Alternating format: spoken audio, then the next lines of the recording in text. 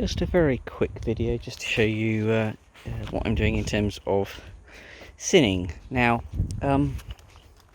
carrots, I tend to thin these simply by taking out the largest ones. If I show you at the base, you know, these are coming ready now.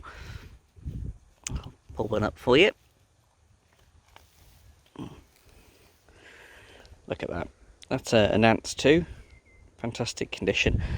As we eat them, we sort of pick out in between so that any that are a little smaller have got a bit more room to grow and to follow on. You see, I've got some just started there. I'll be starting a whole nother one of these. This one over here. If I haven't made you seasick from that rapid move, fairly shortly. I just need to top that up. But today's task isn't thinning carrots, because I find they work quite well. Planted quite closely, you don't generally have too many issues. But for parsnips, it does matter. You really do need a good gap between them. Now, I deliberately oversowed this bed on the basis that I could then thin it back once they were of a reasonable size. And to show you what I mean by reasonable size, here's my thinnings. You know, that's a good sized baby parsnip, you know. What I'll do with these is once I deliberately leave it longer so that the thinnings are actually edible. I don't like thinning out and throwing them away. These are perfectly good. So these will get scrubbed up, briefly blanched, probably sliced in half, and shoved in the deep freeze, ready for roast dinners, because I'm the only one that likes parsnips, but I really do like baby parsnips. They're just really good. So all I'm doing is I'm working my way through the rows, finding ones that are too close together. So if you see that there, you've got 3 within a hand's width. There we go. See the 3 there? This one in the middle needs to come out. And all I'm doing, giving that a pull. That one's a little bit weedier than most of the others, but that's the general principle. You want one about every. If you think about how wide the parsnip is typically in the shops grows that wide, you want them at least that far apart. In centres, they can get a lot bigger than that, but I find if you plant them nice and close, they don't get to these huge woody stems that are a foot across and gnarled and knobbled. They just get to nice sized ones. And as this bed is just for me, I'll get 1, 2, 3, 4, 5, maybe 6 to a row, and I've got 5 rows here. 30 parsnips plus the baby ones I've just harvested, so 30 parsnips will do me. You know, 30 good sized parsnips over the course of a year. Obviously, if there was lots of you that like them, then you could do several beds. But I mean, that'd be plenty for me. I mean, these baby parsnips that I'm harvesting now will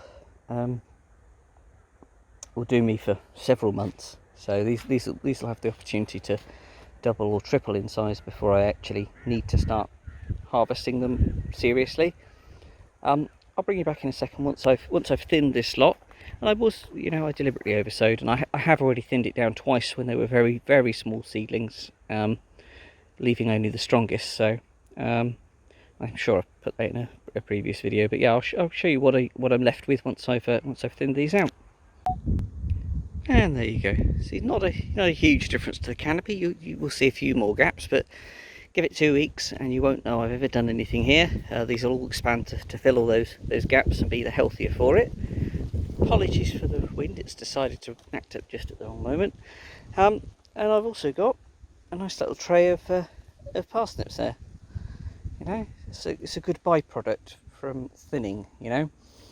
And it's one that's often overlooked, you know. Thinning almost anything, you can eat what you've thinned, you know. It's a baby version of whatever you've pulled out. And it's why I left these so long. I mean, they were starting to get to the point where they were crowding the other tubers out, so they had to come out fairly soon. But you know, I wanted to leave until they were a reasonable size. I mean, one of them, for example, that one, you know, that's a very good size. You know, that's not far off shop size. So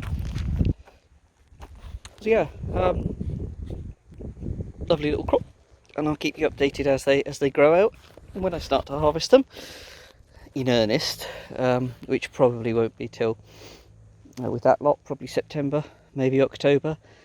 I'll bring you along, but parsnips are one of those fantastic vegetables that can stand in the ground for a very long time, so I won't harvest these on block and bring them home. As I decide I want them, you know, so as we plan meals and things, I'll just come and grab a couple, and the rest of the time they can sit where they are. It's one of the joys of these large beds is that they're specifically designed for root crops, which means that I don't need to clear the bed to put something else in its place. It literally it's there for a purpose. So yeah, that's those, and I'll see you on the next one.